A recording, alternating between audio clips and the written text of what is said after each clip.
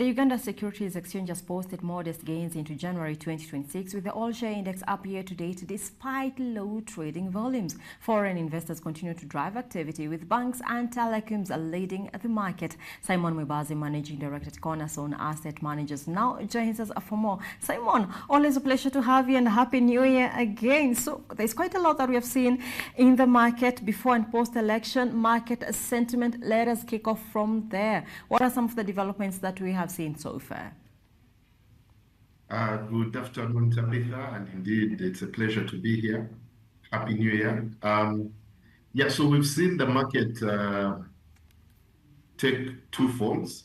The equities market hasn't really seen a lot of activity since the start of the year. In fact, when you look at it from a trading point of view, trading turnover has been low compared to the same time last year. However, when you look at the fixed income market and the currency markets, we've seen tremendous strength. In fact, 2 weeks ago, a week before the election, there was the first bond auction of the year, and we saw yields drop across all the three tenors that were being auctioned. We saw the 10-year dropping by over 200 basis points, and the 20-year dropping by over 170 basis points, 180 basis points. So we've seen more sentiment, more investor sentiment being reflected in the currency market also. Since the start of the year, we've seen the shilling strengthen, and I think that's a bit of a spillover from the activity we saw last year. So it's a bit of a mixed bag, but if the indicators to be pointed towards the currency and the fixed income market, I think it's been a solid start to the year, and it can kind of show you what to expect in the year. So has the elections impacted the market movements? I would say maybe all that risk premium was already priced into many of these securities, especially on the fixed income bit. For the equities, not so much.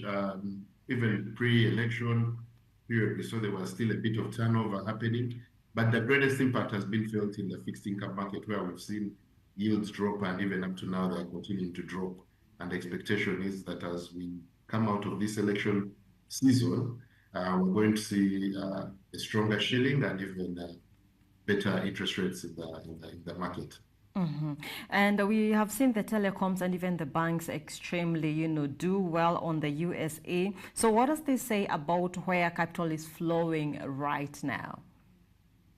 Yeah, so the anticipation is that the telco sector in particular should have a bit of corporate action this year, likely. I mean, if you think about Airtel during its IPO, it had to list about 20% of its free float. Currently, it has about 11% free float, and the mandate was that by November of 2026, they should have listed the remaining 9%. So we're likely to see action around there, and that will spell out capital flows.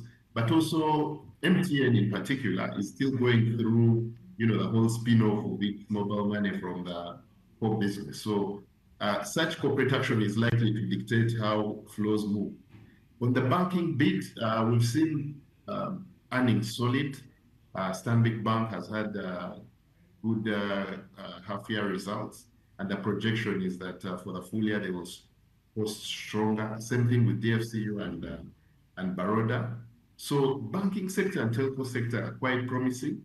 Telco mainly because of the corporate action, but also they have solid earnings coming in. But banking also because as interest rates start dropping and the loan books get healthier as we come out of this election period, we're going to see earnings of these banks increase, and that could translate into the action of the stock market. So I'm certain investors will be weighing those in terms of where do we go. Looking at the direction of flow, is it retail, is it institutional? We're likely to see the patterns that we've seen previously, trading dominated by institutional with a bit of retail, especially speaking into the corporate actions that we're likely to see this year. So in this first quarter, what are we likely to see in terms of, the market structure, listings, and what have you in the USA? Just very briefly. I think the key point will be the earnings season as we enter into March, April. investors will be keen to see the earnings of some of these entities. But also on the fixed income bit, if the expectation is for yields to drop, then we are likely to see that happening. But from an outlook, as investors, we also think that this first quarter will be something that will speak into how the rest of the year should pan out, especially now that we're out of the election, or we're coming out of the election period. Indeed. Simon, always a pleasure talking to you.